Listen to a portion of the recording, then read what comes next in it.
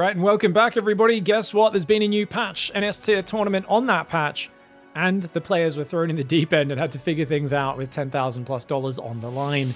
Jumy, in the top right side, or should I say the bottom right side of the map, playing Protoss, goes for that chrono quite late. I'm pretty sure the optimal timing is about 7 seconds. He goes for it about, was that 15 seconds? It was a little bit late, but nonetheless, going to get these probes out early, boost his opening. He's up against Shino in the top left, who's part of Clem's clan, the Emlem clan.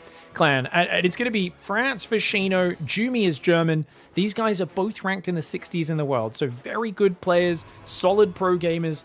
Not going to be an S-tier championship caliber player right now, but they are competing, of course, for the famous rank 69. And if they level up a little bit, raise their rating a little bit, they may be able to head for that much coveted rank 42 spot that so many players are after.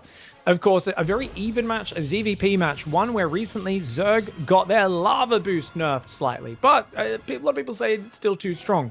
Adepts also have their build speed nerfed slightly from 30 seconds to 33. Was it a 3-second delay? It was 2 or 3 seconds. Maybe it was 31 to 33. A couple seconds delay to both Adepts and Reapers. We'll see how that plays out. Now, the reason we're casting this series is this was meant to be one of the best series of HomeStory Cup. I was told this one was a banger, a bit of a barn burner. And you can already see it's quite awkward for the Zerg. Shino has to go and take that third base. I'm going to take myself off the screen so I'm not covering anything. Down here, you can see what's going on. But Shino's gone for the third hatchery. And this has always been the thing I've been wondering is you kind of just have to go for the third hatchery. Because if you go pool first, they can block you for such a long time. And unless you go for like maybe a 14 pool or something where you can get some Zerglings out to force them off, or if you're willing to go for a kind of macro hatch adjacent and do some long distance mining while you build the hatchery on location, which is a very weird build, which I don't think players will be doing. Not with how expensive hatcheries are now. 300 mineral hatcheries, 175 mineral queens, but extra passive lava production for Zerg. Now, a lot of Protoss players have not figured out how to use the non-warp gate gateways. There are very clear and, in my opinion, blatantly obvious advantages for Protoss if you've read the patch notes and thought about what the things that you get that are actual buffs in this patch are for Protoss. Watching pro players so far, I've come to the conclusion most of them have not read the patch notes. Jumy, though, I think is pretty smart. I think Jumy will have read the patch notes, will have actually practiced, and hopefully will have cooked a little bit. Already hiding a probe down here. Keep in mind, you can fast warp in off a pylon. There is no more high energy pylon, low energy pylon, slow warp ins here, fast pylons there. It really is a situation where hiding just a little pylon can be very, very brutal. And even if you don't make warp gates, because they do cost money to transform now, this is going to passively boost the production speed of your gateways. You can build Stalkers, Zealots, Adepts in 16 seconds. And you can queue them up now, so there's zero downtime. Protoss players normally have a lot of downtime on their gateway production because there's no way to queue it up at all. There's no way to also, it's very hard to track when they've cooled down, as opposed to monitoring when barracks are about to pop units out or when lava injects are about to pop. So as a result, you can have maybe 40-50% less gateways and produce just as many units as you can pre-patch. Problem, you can't warp them in where they're needed. You have to wait for them to rally to the front. So it's good defensively to stay on gateways, but offensively, later, once you're on 3 bases plus, you do want to swap to warp gates. Most pros I've seen have played exactly the same as they did pre-patch. I mean, I've talked about it a little bit. The StarCraft scene has self-selected over the last decade of nerfs, standardization of maps, nerfing it, kind of cheesy strategies, that sort of stuff. It's self-selected for some of the least creative pro players in the world. If I sound like I'm throwing shade, I'm not. It's a very execution-focused game. If you're a gimmick lord who loves cheesing people, you haven't been able to have success in the last 5 years of StarCraft, right? Those guys have stopped having success a long time ago. The Blyes are gone, the Hasses have gone. Some of them have aged out and obviously got jobs and stuff as well. But it's one of those things to keep in mind. So I really hope Jumy shows some interesting and creative usage. He's already proxied a Dark Shrine. He's going to try and sneak DTs in from the edge. But Shino's got a lot of Zerglings on this map. That Stalker is going to get recalled. Does it get saved in time? Yes, it does. But it recalls to the main, which means it's got to walk back down to the natural. And the Adept coming out as well will defend this base. Of course, Warp Gate's now done. The Adept does pop on the outside. Careful, mate. And Jumy will cancel that pylon. Nicely done here. He's building a few more gateways. I imagine he's going to transform at least one to a Warp Gate. But he might not want to do it straight away because it might give away to the Overlord what's happening. So he might wait for this gateway, let it finish, transform it to a warp gate, and then warp in and have it be more of a surprise. Oh, Shino knows something's up, though. He's already building a Spore Crawler in the third, the natural, and the main. And that Roach Horn, that extra gas, is on the way. He's thinking about Glaive Adepts, maybe Dark Templar. And there we go. The first two DTs are warping in. Oh, he's going Blink! He's going Blink! Okay, Jumy's cooked. Jumy's cooking. I take back everything I said about all pro gamers being dumb and not reading patch notes. Jumy clearly read the patch notes. Oh, and he's hitting it. The Zergling specifically are looking for this. But remember, guys, in Heart of the Swarm, we had to check every corner. We used to have to deal with these pylon cheeses all the time. They're so rare in Legacy of the Void, and often you need to build a gateway to fast warp in that it's much easier to scout. And he thinks he's scouted everything. Shino's like, I scouted everything, but look, there's still shadows all around these edges. But oh, that pylon is going to get spotted. It goes in Overlord vision, and that's unfortunate because that now gives him the warning of what's coming. And this is indeed a Dark Templar blink all in. Shino's going to see it heading his way. He's not got a lair started yet, though. That's an incredibly late lair. Wow, incredibly late lair for this scenario. He needs to start it yesterday. Remember, these DTs have blink. They can just blink on the Spore and snipe it. This is going to be really dangerous. I don't think Shino is expecting blink. He's probably thinking, oh, there's like 3 or 4 DTs they'll make into Archons. Little does he realize with Blink DT on the way, this is going to get incredibly scary right now. The DT is coming forward. The lair finally started. Surely he realized what was up. He scouted it. He saw what was happening, didn't he? Wait, he didn't see the proxy. And he maybe didn't notice the blur either. I thought he must have seen the blur of the Dark Templar. But the lair is really late. He didn't build a backup Spore. He wasn't in position. He must have missed it. I thought he saw the blur. I'm so used to pro gamers spotting the blur of the DTs these days. I assume he saw it. You can see the blur of those units moving in. As they move into vision of the Spore, though, they could get killed. He blinks on it. Oh, that might be it. That's a huge mistake. That's a huge mistake because now... Oh, no! Jumy! Jumy! He blinks his Dark Templar right to their death in between 2 Spore Crawlers and a mass of Lings and Queens. That was not the play. Jumy, he got a hatch snipe. He got a bunch of damage, but then he threw away these incredibly expensive units. Okay, gets the Queen, blinks away. This is a good move. He knows the lair's about to come in. He's going to start working on the spawning pool. But these DTs are such an investment. Doing that damage alone, not enough. You got to do more than that. The DT on the right side does get caught. Accidentally lets that one go in. Where's the Overseer? Overseers are morphing. One over elsewhere. One in the natural, one in the main. And these DTs, oh, he goes too deep. He's got to keep it in his pants, Jumy. He's pulling back right now. What's the next step, guys? He's got a pack of non-blink stalkers and an immortal building. Shino does not have roach speed. Shino does not have a third base up. This is a weird game because, yeah, there's still a mass of roaches, though, and you've got nothing to deal with that. Jumy... Oh, no. Okay, so when roach speed hits, Shino's going to attack. The only way Jumy survives this, I think numbers-wise, is if he snipes the Overseers and then DTs force Shino to run away. I don't think it's going to work, though. That's so hard to pull off without blink, man. It's got a few sentries in Immortal, a couple of random adepts warping in on the left side. That'll be a bit of a nuisance. He's going to make a DT Archon here. That is, of course, a very mineral-heavy Archon, but a bit cheaper on the gas. Dude, this is going to be really interesting.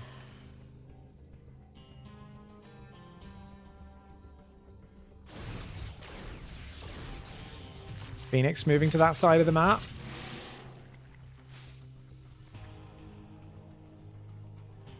Alright, Stalkers, Immortals, Archon, Sentries, and Zealots are all coming around. He's making all of his gateways into warp gates, which is really a big expense. If he's playing defensively, this is very inferior to just leaving them in gateway form, especially when you're working on a budget. But I think he's valuing his gas more than minerals right now. But if that was the case, he would have taken gas on his third. I think a lot of players are really overvaluing warp gates. It's very hard to defend when you're used to being able to warp in units to defend everywhere and then you can't suddenly. You need to have more map vision. You need to see attacks coming ahead of time. You need to be better positioned ahead of time. And I think for Jumy, he's kind of saying, hey, my comfort zone is being able to warp in units. I'm going to stick with what I know. And that's what I've seen from most players. So not a huge shock there. Each gateway, 25 minerals, 25 gas. It's not a terrible investment. It's just one of those things where if you could, instead of building... How many gateways did he go? 7? Yeah, 7 gates. Yeah, you could be on 4. 4 gateways and easily have just as many units out, if not more. The gateway production is so quick that you can play a very low gate count and get a very big supply. And it just allows you to really streamline your focus a little bit more and skimp on that huge mineral investment into the gateways. But He's already got the warp gates up, which means when this prism hits, his army's going to become a little bit of a next level force. Shino has not really evolved his economy. Only 65 workers of pure Roach Ravager Hydra. I love the Roach Run by, though. The Roach Run by could be a game changer. These Adepts are going to come in, a few Zealots on the right side. This attack's going to try and kill this 4th base. In comes the Roach attack. Jumy, he's not ready for it. Oh me, oh my, his Warp Prism's not even ready. Oh no, oh no, oh no, at least the Warp Prism will pop out just in time. Zealots will warp in to defend. 4th base of Shino goes down, but the Robo Snipe, that was the only Robo in this game. There was a Robo Bait even building, and there has to be a recall, surely. But recall's not available for another 10 seconds. Oh no! Recall's not available. Wait, oh, he just used it. That's why. Never mind. It was available. Recalled into the main base. The Prism is here as well. Probes run away. 11 worker snipes. A good win for Shino, getting the most value out of this mid-tier army that he can. Shino's going to come over to the right side. He's forgotten Hydra movement speed, which is really unfortunate. You can see those Hydras kind of dragging the ball and chain behind them. They're just a little bit slow on the movement rate, and they're going to struggle against the Zealot Archon to kind of stutter step, but the firepower is good. I think Shino can just stand and swing, but he actually pulls back, gives up the Concave. A lot of his units do get trapped behind the force fields. The Immortals starting to chew through them, but the Archon count getting cleaned up, and I think Jumy may just be outnumbered here. Spawning pool only now rebuilding. Shino did not rebuild that earlier. Has a 4th base coming back up. Has +2. Still no movement speed for the Hydras, though. That's what we call chucking a Rainer. Rainer is famous for only making 1 upgrade for his Hydras, taking 17 fights in a row, and then remembering the second one. Seems like Shino not realizing the reason these Hydras feel so awkward right now is they are lacking a core upgrade. 2 Colossus on the way. You don't want to give time for these to get out. Shino needs to push now a massive 60 army supply lead, and it's time to make that felt. Coming in from 2 sides, there's no escape for these Immortals and Sentries, but Shino backs away on the right side. Shino's playing a little bit scared right now, I think, over-respecting Jumy's Protoss army. No doubt having nightmares about Immortals ruining his day in the past. You can see he's kind of running in and out rather than committing. The goal here usually is to deal with the army, but the DTs come in. They're going to defend that right side. There's no Overseer on the right.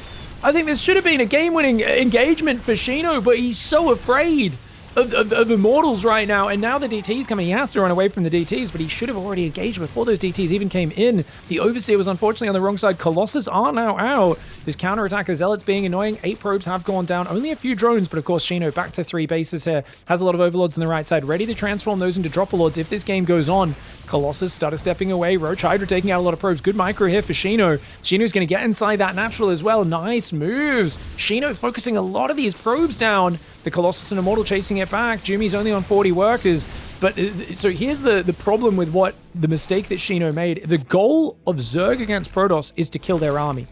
But Shino is so afraid of the Protoss Death Ball that he's trying to purely bypass the army and go for the economy. Now, the only reason you go for the economy is to force the Protoss to come out, defend the economy, and then you surround the army and kill it. And that's kind of the key goal. So when that army was caught here, surrounded from both sides, that was the optimal position.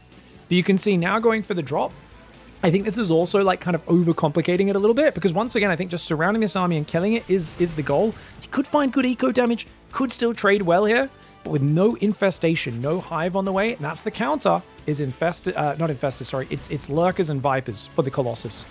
Gonna drop in the main base, good quick evacuation for Jumy. Unfortunately, the Colossus derp out a little bit there. Colossus with 9 range though, will do pretty nicely, and unfortunately showing the drop while having the main army distracted was a real pain. You want to be attacking 2 places at once, so he kind of uses up his surprise. Now the infestation and the melee upgrade come out, but it feels like Shino, his lead may slip away if he doesn't get a move on. There we go. Ling's in the natural, can set up a nice arc here. Movement is finally in for the Hydras as well, but the Colossus, more than a match for that army. You need Roaches to buffer against those Colossus. Lovely drop in the main base. No Overseer though. The DT Warpins will eventually deal with it. Lings come back in here. The Roach Hydra tries to dive forward. They will find one Colossus. No, they won't find one Colossus. Remember guys, force fields do not get broken by a single bile now either. It just removes a bunch of their duration. I think about half of it. Colossus getting exposed. Oh no, Jumy goes too far forward. 2 of the Colossus go down and Immortal falls as well. And I think that's the damage Shino was looking for. A Blink DT opening here for Jumy. Shino with the mass Roach Hydra and drop commitment. And what a fun ZvP to start our coverage of the most chaotic and fun matches from HomeStory Cup. I absolutely appreciate the recommendations people gave me for this match. You guys knew what you were talking about. This indeed was a fun one. Jumy's dead now. Shino's going to pull back, defend the counterattack. Has a hive on the way as well, so Vipers will eventually come in. Jumy is going to tap out, realizing Shino's taking advantage of him in game 1. All right, guys, nice win for Shino, but it's going to be Old Sun Temple up next, a gigantic 4-player map, and it's spawned cross-map. Now, often Zerg against Terran loves cross-map, but against Protoss, I actually think it's Zerg who's more worried about being aggressive and finishing the game, and getting across this map to finish the Protoss is going to be tough. Good choice to go Mutalisks here, to use, I don't know, Nidus Worms, right? How are ways you can cross the distance? Heavy Zergling styles into Ultras, really good mobility. Muters really good. Nidus Worms really good. But I think Jumy's going to have the advantage on the macro front. We'll see how he goes. Now, he did drop that Chrono nice and early. Goes for the 12 pylon this game. He's going to send his probe out to scout. But I think Shino, probably just going to go hatchery first here. We'll have a little bit of an advantage. Now, this looks like this was a 11 Overlord. So Shino doing the Serral build rather than the Lambo Rainer with the extractor trick. Interesting. I think both are perfectly fine. When I looked at the benchmarks in terms of like when the hatchery went down, when the pool went down, it did look very similar between the two. But I haven't really tested it with perfect execution or anything like that. Hatchery here on 16. Not a 15, a 16 hatchery, about a minute 16, just as it's ticking over to a minute 17. You can see Shino accidentally, he triple stacked his workers there. Should only be double stacking them. Some of his workers are bouncing around. He keeps accidentally triple stacking these. So he's got to fix that. Oh, bit of inefficiency. Needs to pull one of these workers to go into either that patch or this patch here. Also only has one worker on it. You can see his workers will figure it out eventually, but quite a late spawning pool also. That's a minute 44 on the spawning pool. My lord. Minute 37 I thought was late, but because he's going gas and pool first, it's going to take him a long time. Now, this is Cybercorp before Nexus against Zerg. Is this because he scouted so late? I don't know, guys. This is... It will allow him to chrono 2 Adepts across the map, but remember, Adepts got their build time nerfed recently. Oh, my. So, you're going to have to drop that pylon immediately on 20 now. All right? Notice he's not building a probe. He's got to drop the pylon. Where is it? Oh, okay. Oh, hello. Okie dokie. He's going to chrono Warp Gate, isn't he? Not even the Adept, I think. The Adept tries to start up. He is supply blocked right now. Second gas does go down. What is this build order from Jumy, guys? Chrono's the Adept now. Big supply block, though, squeezing that Nexus in.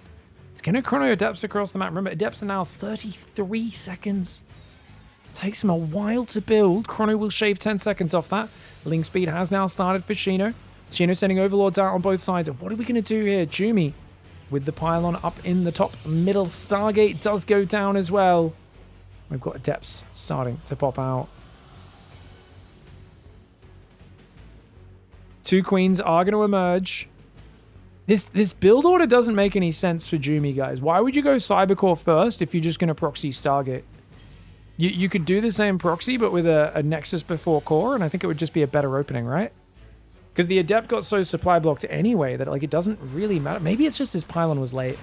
Maybe he just messed up his execution. I don't know. I'd need to see it again. Need to ask Jumy to be sure about that. 6 more Lings are on the way. Adept's going to shade forwards. Here we go. Oracle. Yep, immediate chrono onto the Oracle. And I mean, the Overlord's going to come in, but there's no real sign of the fact that this is a bit more of an aggressive build than normal. And I'm not sure. Some people have said, oh, you meant to build the Spore at 4:10, 4:20, 4 minutes, 4:30. I don't know what the safety timing is. I imagine we're going to find out that whatever timing it is, it's not early enough to stop an Oracle that's proxy that close to your base. Evo Chamber there to block. Nicely done by Shino. Making it tough for Jumy to get in there. The Adepts are in position. And oh, drones are kind of popping in the face, but luckily he's not watching anymore. And here comes the real damage dealer. Jumy distracting with the Adepts just to make sure there is no Spore Crawler ready. Spore Crawler finally goes down, but look at that. 4, 5 drones. And he steers away, which means even more mining time. Oh, and another 2 drones. 7 workers for the first Oracle. Second one's not out in time, though. If Shino could get rid of that... Oh my gosh, Shino's scouting. Shino, this series just keeps barely missing the proxies. He's got to be losing his mind. He's got to be using shift click a bit more. One of the things Jaedong used to be really good at, and I always talk about modern players sucking at, is he would queue like 76 individual shift clicks to check every corner when he was scouring the map for proxy pylons. Every single ZvP, Jaedong would do that back in 2013. And I always remember going, yeah, that level of detail, he just did not leave it up to chance whether or not he was going to be surprised by some cheesy pylon. Queen's coming in, they will defend, but another 3 drones. This is great damage, man. 3 more drones go down. The Oracle does escape just barely. Oh, wait, unfortunate miscontrol there for Jumy. Does end up losing it. He's got an Oracle at home, Stalkers out as well. And he's going to take the corner Nexus. I love it. The corner Nexus. Dude, Shino's quite an aggressive Zerg. I thought he'd be the cheeser in this series. I didn't realize Jumy was going to come out of the gate swinging. Absolutely just insane build orders from start to finish. Blink DT, game 1. Game 2, proxy Oracle. Builds 3 Oracles over here. And once again, the Spore's not ready. The Queens are out of position. Shino, because he doesn't know where the Stargate is, it's kind of broken his brain. Like, he keeps thinking, well, they can't possibly come from that angle. They keep coming from that angle. There is indeed a Stargate there. You just missed it. No. We've all been there as well, man. We're in Shino's mind. I've looked everywhere. Where could it be? In the little tiny bit where you didn't spot it. That's where, oh, that sucks, man. I've had that happen to me times before. And when your adrenaline's pumping, you're playing HomeStory Cup, it really does hurt twice as much when you go back and look at the replay later. The Oracle's coming forward. Blinking +1's on the way. Evo Chamber's there also. And you can see he's kind of pretending like, man, I'm struggling to get this 3rd base up. Little does Shino know. Just recalled probes to the corner. He's already got 8 workers there. I think he should have recalled more than that. Oh, these Adepts are going to get overwhelmed. And this is the price of pretending you want to take a 3rd. Is your opponent can just overwhelm you. That was not a good pylon positioning. If he put it here, he could have wedged the Adepts between it and the gas. Would have been a little bit more solid. The Oracles come back. There are still 2 Adepts on the front. And this base is not probing right now, which is a little unfortunate. Jumy, like I said, I think he should have recalled more probes because, see, the main and the natural are already full of workers again, or about to be with the next 2 probes popping. So I actually think you want to usually recall up to like 12, 13, 14 probes on this base. It can slowly saturate its gases as it does, and then these bases will resaturate the natural so quickly. But obviously, the more you recall, the more vulnerable you are for when Shino goes and checks the corners. No, he changed his mind. Oh no, Shino! What is this? You cannot be this. I don't know if it's unlucky, it's bad decision making. He literally was queued up to go to the corner and then he changed his mind and turned around. No, but he's going to get in. That's a Reddit point adept. He's going to get in. He's going to get in. He's going to get in. He's going to get in. Oh, Jumy with the warp in just in time. A couple of Lings do squeeze through, but I think those Zealots with an Oracle overhead should be just fine. And the Zerglings have to back away. These 2 Oracles still chilling on this side. He lost 1 Oracle, 7 Adepts so far. Stasis Trap is there. Of course, with the Zealot warping, he should be fine. These Oracles dance around the backside. Spires on the way, as well as 13 Roaches. Shino are hanging out on 65 workers for a little while here. And these Zerglings, they will be able to run away as long as he clicks them out of there. These Oracles are dead if he doesn't recall, and he's going to lose another one. All right. Has he seen the Spire, though? Oh, he's going to see it. Does he actually see it, though, guys? We're on Jumy's camera. He sees it. He sees it. Okay, he knows. He's going to start building Phoenix and chronoing them out of a proxy, which is hilarious. Storm's almost finished, so there's no reason to cancel that. You let that finish. He's going to build a new Stargate at home.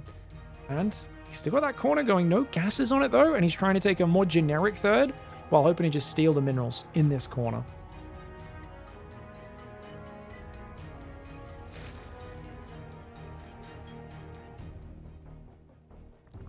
Zealots coming in the south side. Charge is not ready. This is one of the most flaccid Zealot counterattacks I've ever seen. Not even a counterattack, just a run by. Or should I say a walk by. He's going to walk in.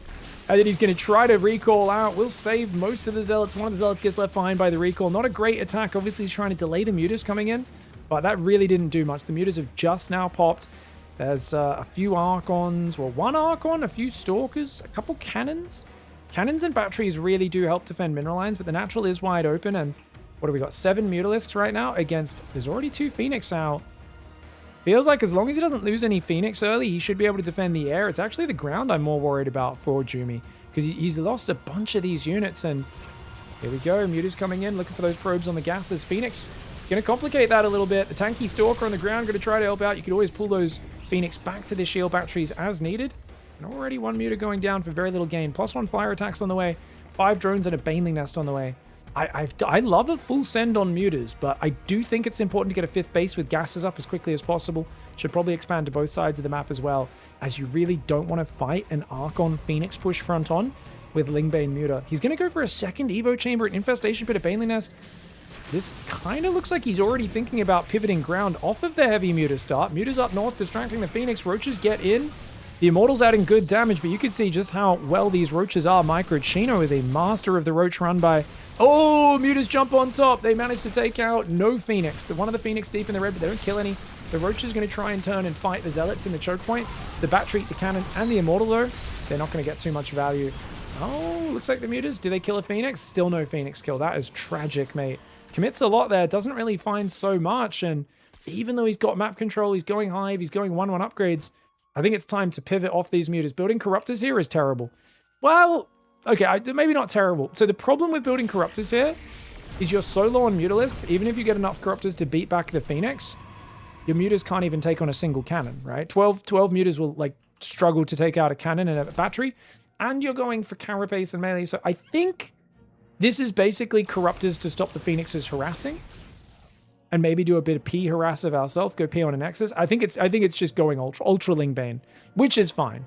As long as you don't keep committing to Mutalisks here, because you're just too far behind, like that window has closed. Muta's no longer going to be the most effective. Shino going to join the 4th, going up above 80 workers, which is perfect for this style.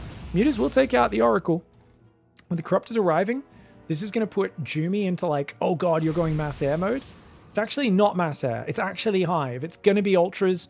And that is a style you are not prepared for. Yeah, there's a Robo, but obviously you're not building Immortals because you're thinking about mass Lings, Mutas, Corruptors running into your base and ransacking you. Oh, Jumy with a cheeky Zealot. Warp in on this side. It's going to take out a bunch of units. By the way, he still has that Stargate up here, and it's building Phoenix without getting taken care of. That's hilarious. The Zealots get jumped on. This is a distraction more than anything for Jumy. Jumy being stuck on 3 base should be a game. Oh my lord! Oh no! Shino thought, let's deny your air upgrades. That's a good idea. Doesn't realize the storm covers the entire Cybercore and kills like 50 Zergs. I'm gonna click that High Templar. That High Templar has 27 kills. That High Templar just killed 27 Zerglings with that storm. That is hilarious. Don't see that every day. The Zealots warping it off this Stargate that never got found. He's like, and guess what? I don't know if he sees it. He still doesn't see it. Now he sees it as the Zerglings come over. The Zealots will get dealt with. There's no armor upgrades for them. A lot of Phoenix being committed to, but with Infestors. Wait, what? 6 Infestors? Neuroparasite. Wait, why is he going Infestors?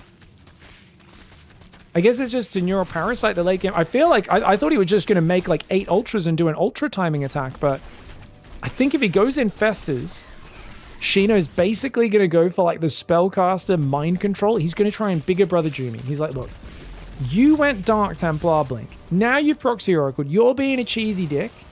I'm going to Neural Parasite your own units. I'm basically going to be the bigger brother. I'm going to grab your arm, and I'm going to bend your arm back and slap you in the face with your own hand, and I'm going to say, why are you hitting yourself? And I'm going to do that repeatedly until you learn some respect. That's essentially, he's not about just trying to hit a sharp timing and just get an easy win. He's looking for a way to mog Jumy out of this game. Shino's like, this 2-0 is mine, son. I am going to get you with the Infestors. Mutacorruptor needs to go home. He's severely outmatched by these Phoenix. But gets a few Phoenix kills, which is not too bad. Unfortunately for Shino, not knowing about this base means he thinks he's going to 6 base against a 3 base Protoss. Protoss has been 4 base this entire time. And it's that misconception that very well may cost him the game in the long run. Now, Immortals are building, but only one at a time. If Jumy knew he was up against heavy Ultra, and it's going to be 10 Ultralisks, oh man. If he knew that, he'd be making triple Robo. Triple Robo Immortal is so necessary right now. Mothership's on the way, Plasma Shields as well. Jumy's maxed out, but Jumy's army is going to struggle against Ultras. There's a couple of Void Rays. The Phoenix, if the Phoenix spot the Infestors and just disable them all, there's no regular anti-air in this army. That's the one weak point of Shino's force. I don't think it matters. I think you can just clear the ground army and then build Corruptors for the air. Oh, the storm on the Zerglings is so funny, man. Oh my gosh. High Templar taking out a ton of Zerglings. We'll have to check the kills on those two, on that Archon, because it's 2 High Templars. It combines the kill count. Oh, and it does go down there. I think was that 58 kills, guys? I think it said 58 kills on those 2 High Templar. I could have misread that. that that was wild. I think I saw 58. What the hell? 2 cannons here and a carrier. The Ultra's trying to get in. He's going to take down the Cybercore now. Oh, he's attacking his own Ultra. He just attacked his own Ultra. Uh-oh, Shino failed his animosity test there. I didn't realize he was playing Orcs. He's declaring a wah on the dirty Protoss right now, but failed an animosity test, did start fighting amongst himself for a moment, finally gets control of the boys, and they do start redirecting their hatred towards the laser elves once again. Ultras are getting some of these units coming back and dealing with them. The Ultras can't quite get us around on that northern army, which is the most important army to deal with. And if Jumy can keep those Immortals alive, might be able to deal with these Ultras, but has to stutter step. The Immortals getting caught up front. They are stutter stepping back at the same time. Phoenix are derping out over here. The Immortals will take care of those Ultras. There's more Ultras from this side as well. This is a bit of a hodgepodge. The game is very messy. Oh, the choke point. The Ultras can't get on top of the bloody Immortals. One of the Immortals finally goes down. The other one will finally go down as well. And that means there's only one Immortal on the battlefield. But no anti-air. As I said, the Infestors was a bit of an odd choice. I feel like he jumped the gun just a little bit there because they can mind control units, but they can't really do much else against Protoss unless you've got Vipers with Parasitic Bomb or something like that to pair up with them. Greatest Fire is in jeopardy in the main base. He's got 18, bunch of Corruptors, sorry. He's got like 11 Corruptors building, but the Phoenix are killing them as they pop and murdering the drones. This top right base still untouched, and that is such a big source of income.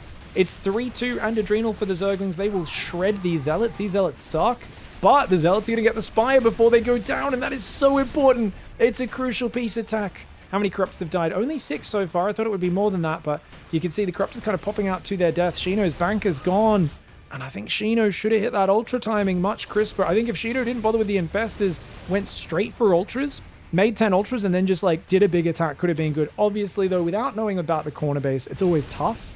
Shino was in control of this game for a little bit. Now, Fungal's good for doing a disability, right? For doing a disability. I am a professional commentator, guys. Type 1 in the chat or the YouTube comments if you also know how to do a disability. Shout out to my lads out there. I guess an even more messed up way of saying is they give a disability to their opponents. They cast Fungal Growth, which disables your opponents from moving. It doesn't really kill them. It just slows them down, 75% slow, pairs up with other things, and then the other things finish them off. Ling's going to do well here with the run by Shino with the well-upgraded Zerglings, whipping down those cannons very nicely. The main base tech looking very vulnerable. You can see that Zerglings in a kind of scrappy game are just kings of late game. They are so good at getting run-bys in. It keeps the Protoss pinned at home. But the economy, only 65 workers for Zerg. Protoss still has the corner base, and you got to realize in Shino's mind, he's like, how do you still have army coming out? You don't have a 4th. I killed your 4th. You don't, like, how do you still have this much stuff? But you got to realize also, not that much Protoss army actually died. 7 Phoenix, few High Templar, 4 Archons, 3 Immortals. 70 Zealots did go down, to be fair. There's a lot of Zealots that died in the making of this game. 341 Zerglings as well. No Spore on this base is unfortunate. Phoenix can't do anything against a Spore Crawler. Shino not willing to pay the price for that. He's got 16 Corruptors, 7 more builders. So it's going to be 23 Corruptors and 2 Vipers. Now the +2 attack and plasma shields on the Phoenix really helping them, but overcommitting to a fight right now. Needs to get out of here. These Phoenix staying way too long. Oh no, Jumy! Jumy throwing the Phoenix, so I guess they're not the highest value supply, but they would have helped in a big fight, buffering for your carriers and whatnot. Also, where are the High Templar? There's only 2 High Templar left. Oh no. Gonna need more High Templar than that. Jumy's got 10 Void Rays to fight against the Corruptors, but 2 Infestors plus Vipers, Fungal, and Parasitic Bomb. Holds the Void Rays in place. The Parasitic Bomb does crazy damage. And that's what you're going to be looking for. Shino's going 7 more Infestors as well. Is going to hope to neural Parasite the Carriers, the Void Rays, the Immortals, the Archons. All those big units still hoping for the bigger brother move. And there is something really nice when your opponent's been cheesing you all series long about bigger brothering them. It's kind of, it's not quite, I think, you guys let me know. I don't know what's a better way to insult your, is it that? Or what is the equivalent in StarCraft of, if like your younger brother is so much younger than you, you can literally hold their, you put your hand against their forehead. You basically just like push their head back and they're trying to swing on you, but they're so much smaller than you, their arms can't reach you. And you just like laugh at them while one hand basically holds them at arm's reach. And they have to like accept the sadness of not being able to connect a single punch on you, because that's also very I'm not sure if that or the grabbing your younger brother's arm and making him hit himself, which one's more embarrassing. Both pretty disrespectful. I sometimes feel like people who don't have brothers, you know, listen to my commentary and wonder what's going on, but I think anyone who has brothers understands. I have 3 brothers.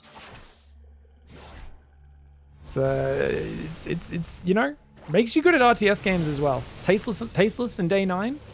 Good example, 2 brothers. Cheese the heck out of each other to become great. Corruptor's trying to pull back. Oh, that's a nice power bomb from Shino. Careful.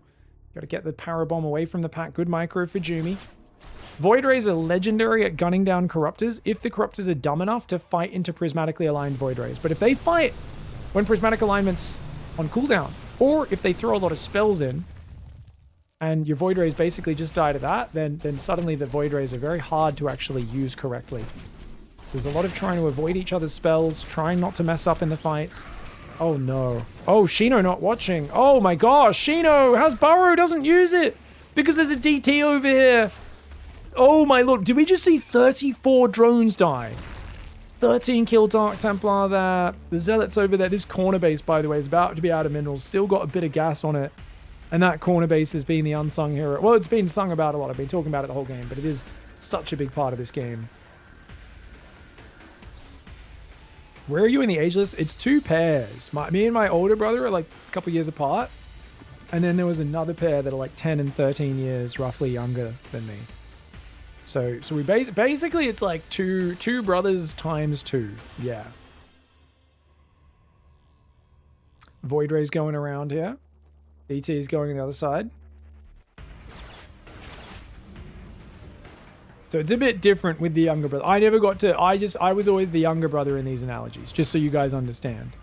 My younger brothers are too much smaller than me, so they're at the point where you're not rivals at that age. Like you teach them how to like fetch you things and stuff. They're basically like a dog, you know? Oh, here comes the Infestor Viper Corruptor. Run, run, run. Jumy with a snap recall. He takes big damage, but he does save the Void Rays. Oh, does take a lot of damage, loses a few, but he saves them from disaster, which is the most important part.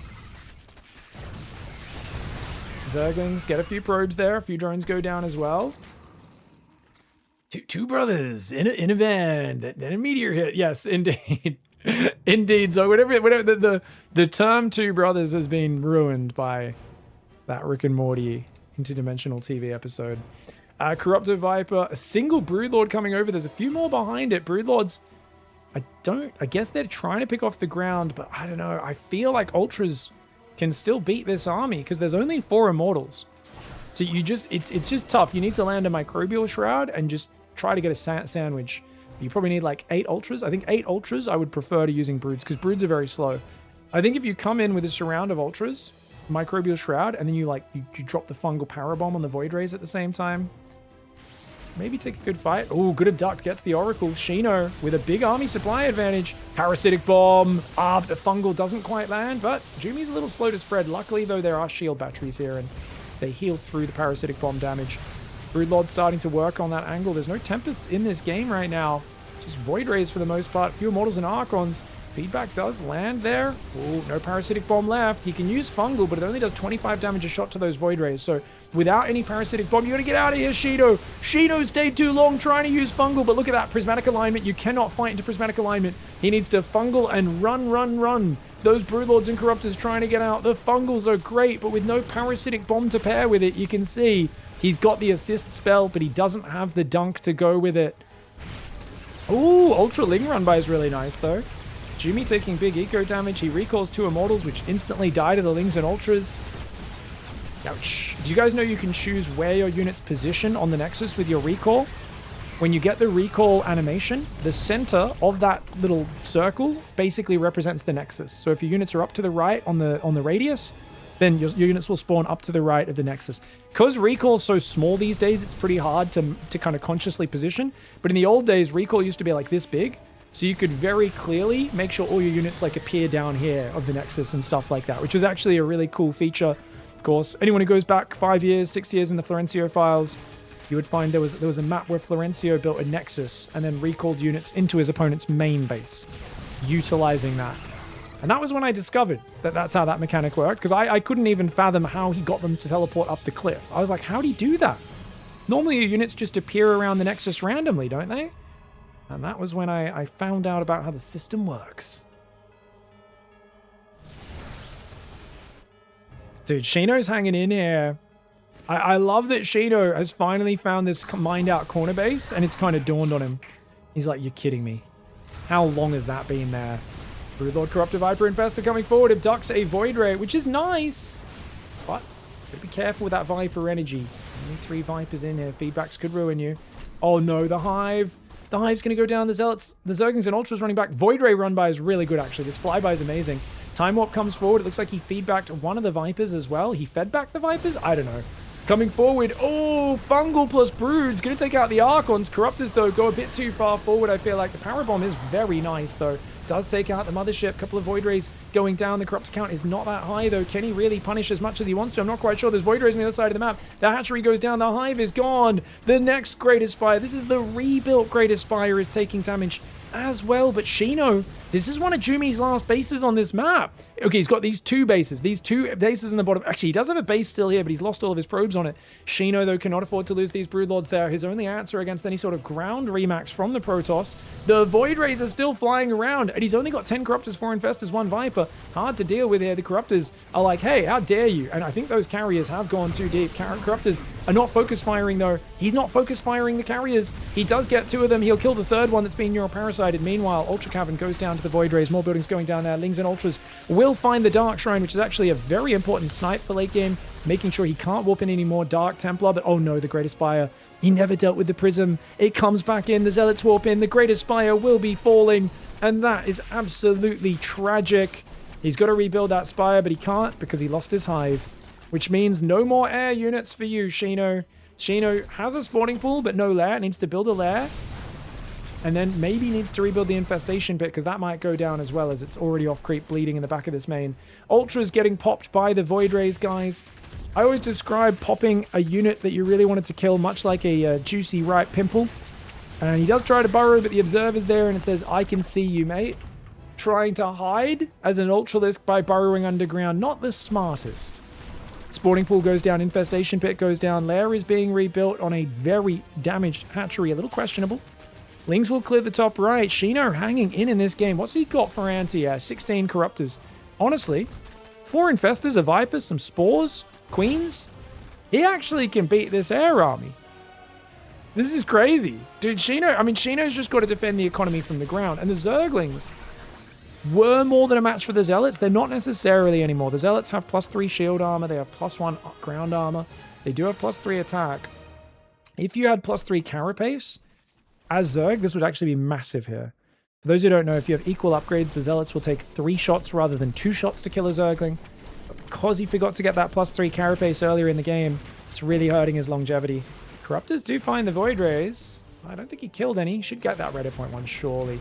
There's the Parabomb.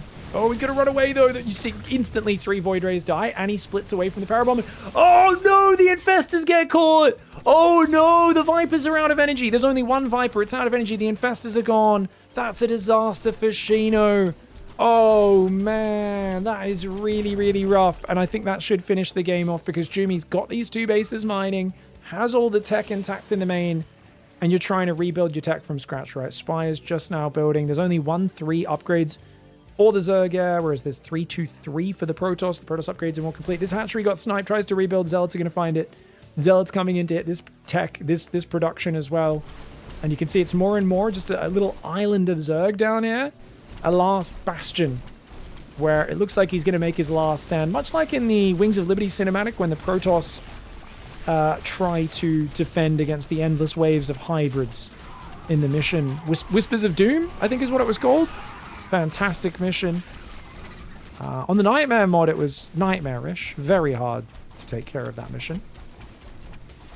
Took me many goes on the Nightmare mod difficulty. If you guys think the StarCraft campaign's not that difficult, you should try to download the Nightmare mod. It's amazing. It I'd say it like triples the difficulty on the hardest On the lower levels of difficulty, it also changes the gameplay a little bit because the enemy rebuilds in an organic way and actually uses their bases and tech to send assaults at you. So clearing out bases has a very tangible effect. Denying tech has a very tangible effect. And if you lower the difficulty, it basically is like, if you play on casual, it's kind of the same as normal. Normal's the same as hard, hard's the same as brutal. Recommend that to anyone out there. And I will be continuing the Legacy Nightmare campaign soon. I took a big break from it because we just got so distracted by so many things going on, but we'll get back on it in a little bit. Void Rays coming forwards. We got Zealots running around the map. This is just, he's just getting cornered. Shino's getting pushed out of this game. Guys, what a banger series this is. I thought it would be like a quick cheesy series. I didn't think we'd be seeing a bloody hour-long friggin' just absolute barn burner, but this is fun. The 4-player maps are really interesting. Players figuring out new maps. The balance is kind of shaking everything up. Don't think the patch is by any means really balance ready or anything like that, and I really hope they put more follow-up patches, but it is really fun to see quite a few of the players thrown into chaotic situations. A lot of players you could just see are like kind of going, in the game, you can see them kind of actively thinking and going, what is the best play here? And I guess we're so often used to seeing players in a position they've been in 1,000 times before and knowing exactly what to do, and it's kind of fun to see that uncertainty on both sides. Time Warp goes in, those Broodlords.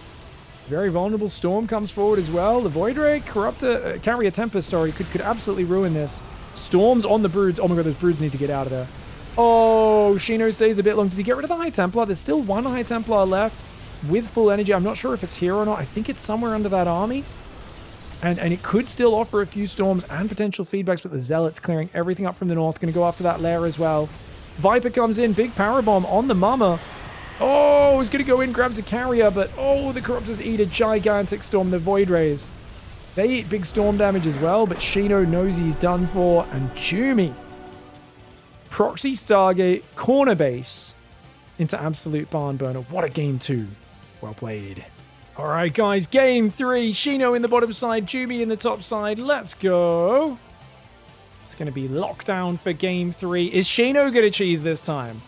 If I was Shino, I'd be sick of defending all game. I'd be like, screw this, man. I want to get aggressive. Screw this guy.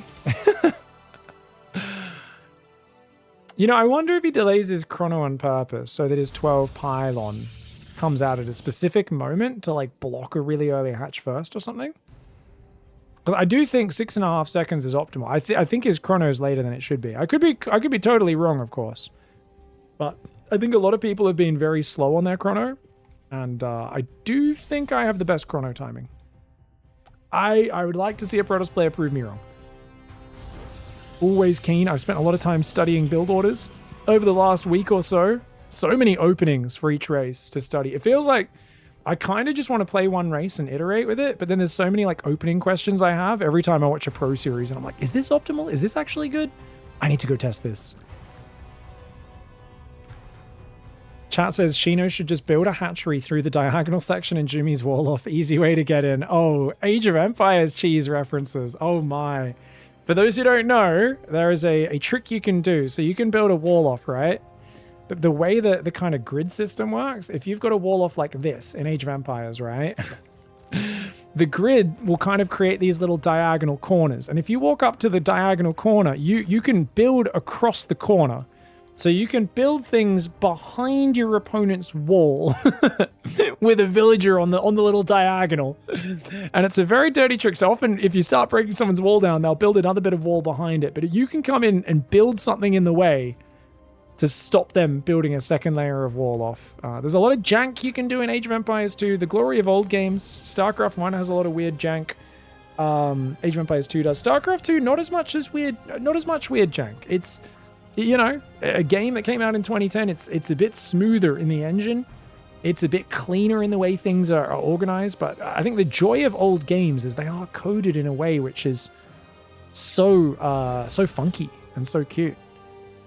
I think one of the cool things as well, I think also, I haven't actually watched that series yet, but I heard that the Vietnamese player, ACCM, he also picked up units into a siege tower, sorry, not a siege workshop, dropped them across a wall, which is what it's meant to do. It's meant to plop units over a wall, but they're not meant to be able to get out.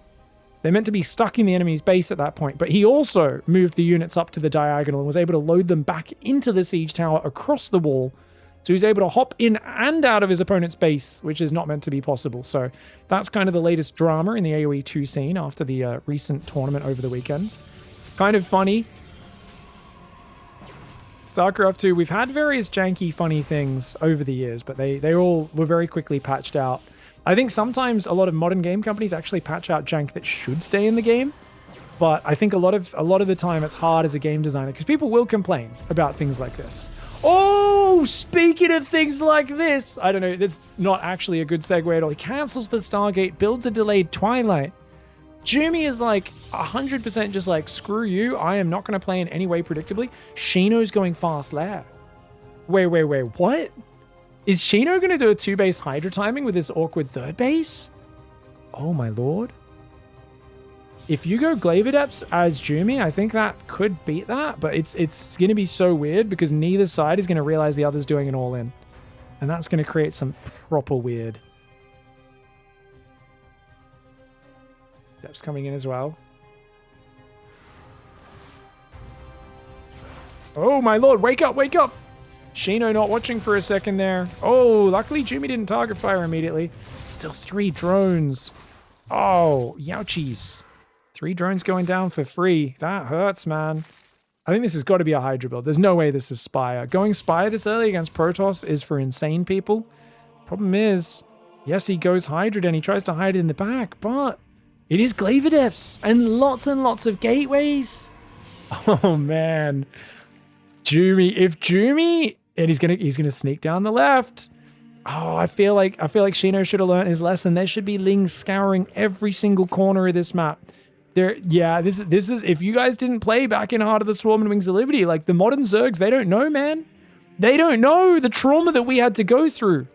Back in the day, every second ZvP in a tournament would be a warp prism fly into your main, drop a sentry, force field your ramp, warp in a bunch of units, and they just keep force fielding your ramp, and you'd never get back into your main. Like that's what Wings of Liberty was. These kids, they grew up in the friggin' era where all the crazy janky cheese is being patched out of the game. They don't know the fear of the hidden pylon, man. You can't let that pylon go up, bro. He is getting Hydras. He might get a critical mass of Hydras. And you can beat this with a critical mass of Hydras. Where are all the Adepts? Where are all the Adepts, guys? I guess he's just gone so many gateways, he doesn't have many. He's going to warp them in now. DTs will come in behind that as well. If you get enough Hydras, you can sometimes beat this, but Glaive Adepts en masse, really good against Hydra Zergling. They do massive bonus of that damage. Adepts here going around the bottom side. So he wants to shade in from this side while these guys come from that side, but I think he's showing his hand a bit too early, no? Might be. He's getting blocked by a changeling right now. He sees the Hydras. Getting a Hydra kill to start would be legendary, but he goes on past this. Instead, he's going to go after the economy, but he's not focus firing right now. Lings are on top. These Adepts trying to micro away. The Lings trying to hold him still so the Hydras can actually kill those units. Adepts, they do actually cancel the shades, all but one. Only one Adept shades down there. These guys are there. The Queen goes down. 8 workers have fallen. These Adepts, an absolute disaster for Shino. Shino tried to go for the quick Hydras, which is a cute way of mixing it up. I really like the idea, but did not realize that cancelled Stargate came into the Glaive Adept. Loses 11 drones. Nonetheless, he cleans the Adepts up. This is still a very close game. Up 11 workers is Jumy. Jumy's going to keep attacking. Jumy's still thinking about a 3rd base. He needs to think about not dying. He finally realizes, wait a second, I might die. He needs to full wall his base right now just to buy time. His Adepts are going to ruin the economy of Shino. But Shino's whole army pulls home for these Adepts. That's a disaster. Queen goes down in the natural. The Adepts evicting the drones from the main base as well. Where are the Dark Templar? First one walks in. He's going to show his Dark Templar a bit too early, unfortunately. And the Overseer is right next to it, which does really, really hurt. Adepts shading in there. Going to get jumped on by the Hydras. Drones running away from the Dark Templar on the right side. Jumy needs to just play 2 base. He needs to stop thinking about a 3rd. His Protoss instinct here, his 12-worker instinct is take a 3rd base, but it looks like he's combating that. He's taking a Robo, a 4th gas, and he needs to just make as many units as he can. Now, he's very used to warp gates, but I actually think if these were in regular gateway form, he could kind of pump out more than enough units off just 4 or 5 gateways. As it is, Shino desperately trying to recover. Shino does have Hydras up, which are a good unit, but dude, he's once again looking in the wrong direction for the proxy. He just looked in the bottom, moved out of position. He's losing even more drones. Oh no, he moved his whole army out of position. I thought Shino would stabilize, guys. Sorry, I just spat on my microphone. Apologies. 6 drones do go down. Dark Templar's going to try and escape now before the Overseer gets back. He's thinking about it. He's dead. No, I think Shino sees that, surely. Maybe? No. No, Shino! He's not been spotting the Dark Templar. Too much adrenaline playing a big tournament. And here comes 15 more Adepts in a gigantic conga line. They're like, what battle formation do you want, sir? And he's like, are you familiar with the old Nokia phone? And you're like, yes. And he's like, what was my favorite game on it? Can you guess? And they're like, sir, is this a roundabout way of telling us to assume the snake formation? He's like, yes! Let's go, snake! 3310, let's go!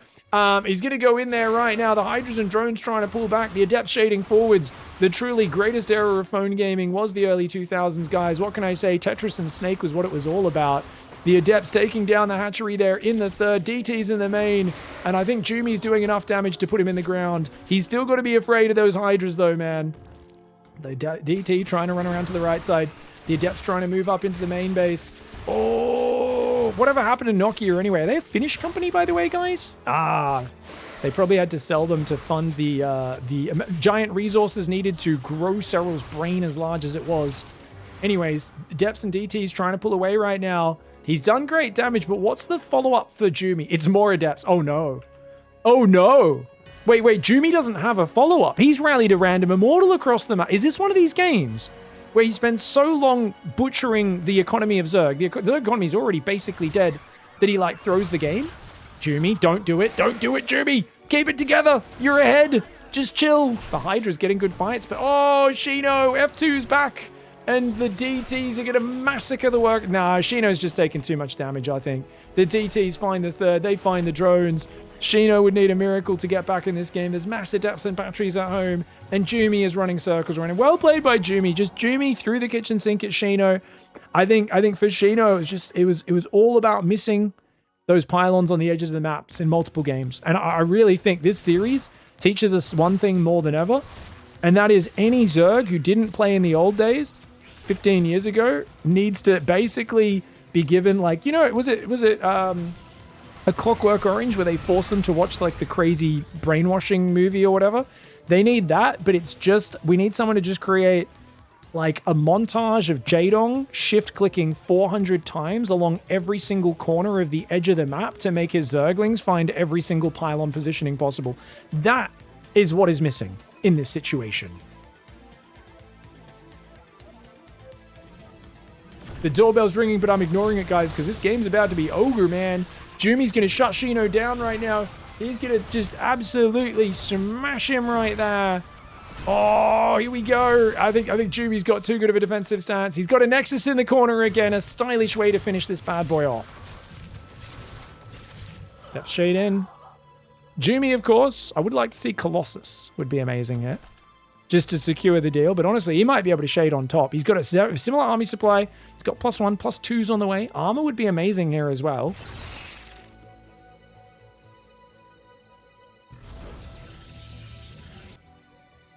Ooh, here we go. Robo Bay coming in. Chat's telling me apparently during this tournament there were multiple matches where Jumy accidentally rallied a Colossus into his opponent's main base. That's the Warp Prism. That's the Warp Prism / Observer rally point, guys. That's what that is. Guys, Jumy can't get down his ramp. Shino's kind of bullying him. Shino's on 36 workers in 2 base. The Adepts are going to commit. The Hydras have enough numbers. They're kind of gunning down the DTs, but oh, they're so fragile. They're so fragile. They're all getting gunned down. Adepts getting into the natural as well. That queen will fall. And these Adepts just causing so much damage. Poor Shino, man. Fought really well from behind, but Jumy's just a friggin' force to be reckoned with, isn't he? He came out with some dirty plans. I always like when Jumy switches into this mode. Jumy will just have tournaments where he goes into just all these insane timings, takes some gambles, does some weird pushes. Isn't afraid to take the risks, and I think it creates some really fun dynamics. He's got that corner base mining now, so he's way ahead in income. First Colossus is on the way, which is going to be a total game changer. We'll see how he goes, man. I love the corner bases as well. Corner base, two games in this series. And I mean, in a game like this where it's hard to establish the third because you've committed so much army to ruin your opponent's economy, it just makes sense. Makes sense. Same with the Proxy Oracle in that other game. The Lings do find the corner base, and Shino's like, not again! Reliving the torture of game 2. And at least there's no mothership this time around. Or as Zerg players like to call it, the mothershit. Depths do get taken down. There's still pylons that you got to clear this, buddy. Where are they coming from? Shino! I mean, Shino's obviously way behind. He's traumatized from all these run-bys, but the fact that these 2 pylons, neither of them got found is crazy. That engine is going hard off the side of this space platform, by the way. Ling's going to go for a bit of a run-by. Finds himself a couple of Adepts caught out in the open. Not a bad move, but Colossus saves the day. Adepts are in there again. Again from the proxy pylon. Jumy, leave him alone! At this point, you're just bullying. Leave the bloody Zerg players. Oh my god, killing the Zerglings. The Adepts are going to shade into the main as well. Oh my lord. Absolute bully. Shino's like, I killed a hatchery, a Nexus and 6 probes. Comes home. The hamlet has been burnt down. Your houses, your fields have been sown with salt. Your village is burnt to just ash. People have left. Nothing will ever grow there again. And unfortunately, that's what Shino's returning to right now. It's an empty, sad Zerg main base. I just want to see him find the pylon. That's all I want to see is Shino go up and clear the pylon. But no, they're just going to keep coming. They're just going to keep coming. Again. Again. Again. 12 workers only. Shino's deep in the dumpster. Technically has an army supply advantage, guys. But with Colossus and Adept out, even down in army supply, 2 Colossus now. That's too much. The DT did get cleaned up. Well done. Shino's on pure Hydra against Adept Colossus, which is a rough situation. Colossus counter this army so nicely, man. And as long as the Colossus don't get focused down, he should be fine. Probes pulled into the fight. One Colossus actually gets jumped on, but whenever you start a step forward like that, you clump up the Colossus beams. There's DT in the main. Shino taps out. Jumy with some delectable cheese. Some lovely hidden pylons on the edges of the map, taking advantage of that buff to the fast warp-ins. And good to see that in action in a Premier tournament between these 2 players who are ranked in the 60s in the world. Very good pro gamers. GG, well played. Hope you guys enjoyed that series. Shout out to Eon Blue, who I think was the first person who recommended that series to me. That was really fun. I'll keep on casting the highlight series from HomeStory Cup. If you guys have any other recommendations of absolute bangers you want to see me cover, let me know in the comments and we'll add those to the list. See you guys next time. Goodbye and good night.